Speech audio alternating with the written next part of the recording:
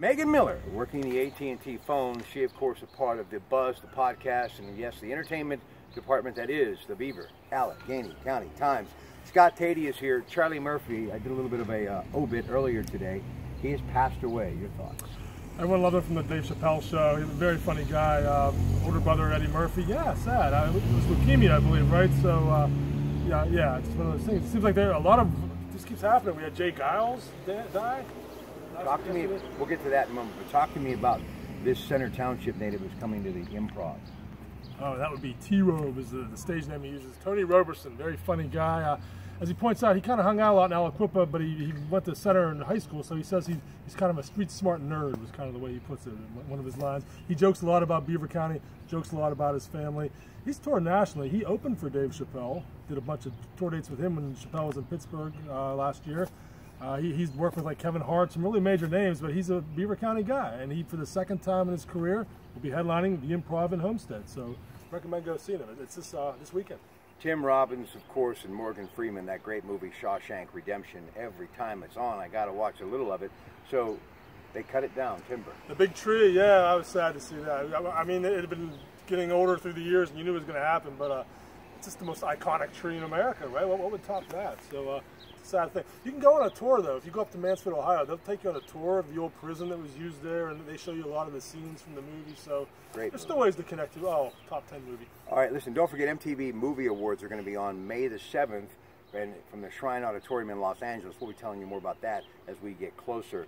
A couple of other things that are on my mind before we get to the Rock and Roll Hall of Fame. We're going to be with Rick Granati coming up in just a little bit at Brixton Brewery, Frankie Eli's place, talking one more time about the Rock Legends Awards that are coming up on April 27th at Jurgles.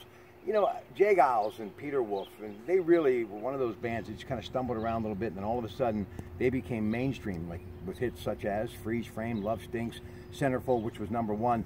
They really did find their place. Recently nominated, but they fell short for the Rock and Roll Hall of Fame.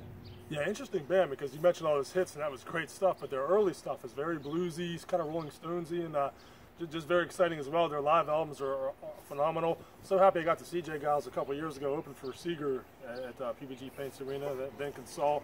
But yeah, I mean, look, the good thing, Peter Wolf is still touring, still doing, you'll still get to hear those great Jay Giles songs, but shame the band founder no longer there. Yeah, it is amazing. I tell you, it's just 71 years of age. We're kind of in that freeze frame of the 80s, and you just realize that time stands still for no one. Okay, let's talk about the Rock and Roll Hall of Fame, and of course, they're going to be re-airing the ceremonies on HBO coming up shortly.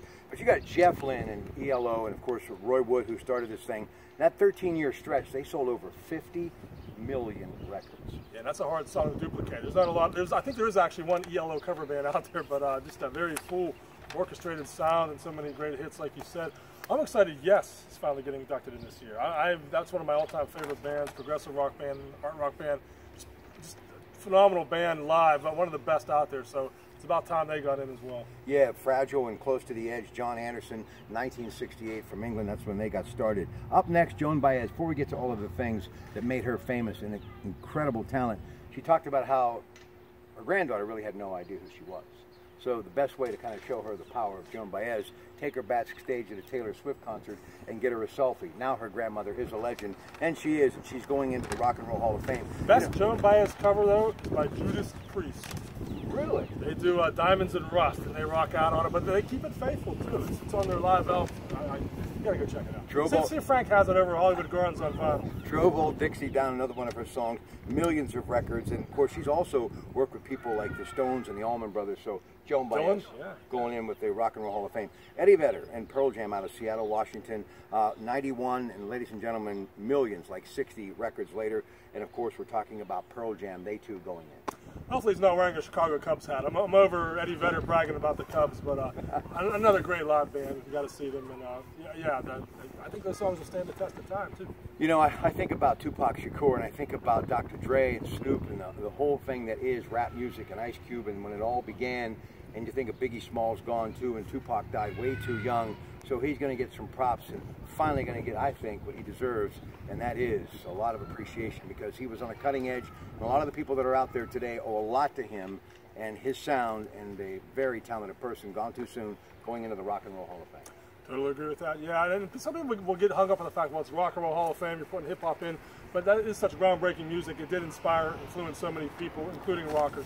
It's a good call. Yeah, the Barclays Center is where it happened, but the Cleveland Rock and Roll Hall of Fame. Just one thing before I let you go. This Rock Legends thing, it's big. Donnie Iris is going to be performing with Jimmy Ross. They're going to get together again, the Jaggers. That's something definitely worth one to see, right? Yeah, the Shondells will be there. Don Garvin of Beaver County will be joining them.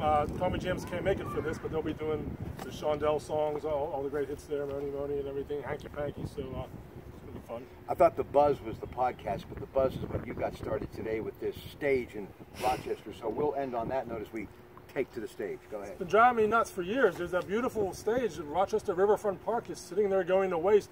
There was times where Joe Grishecki played there, Norm Nardini, there were national acts that played there, rocking the suburbs every year, would bring 800, 900 people there.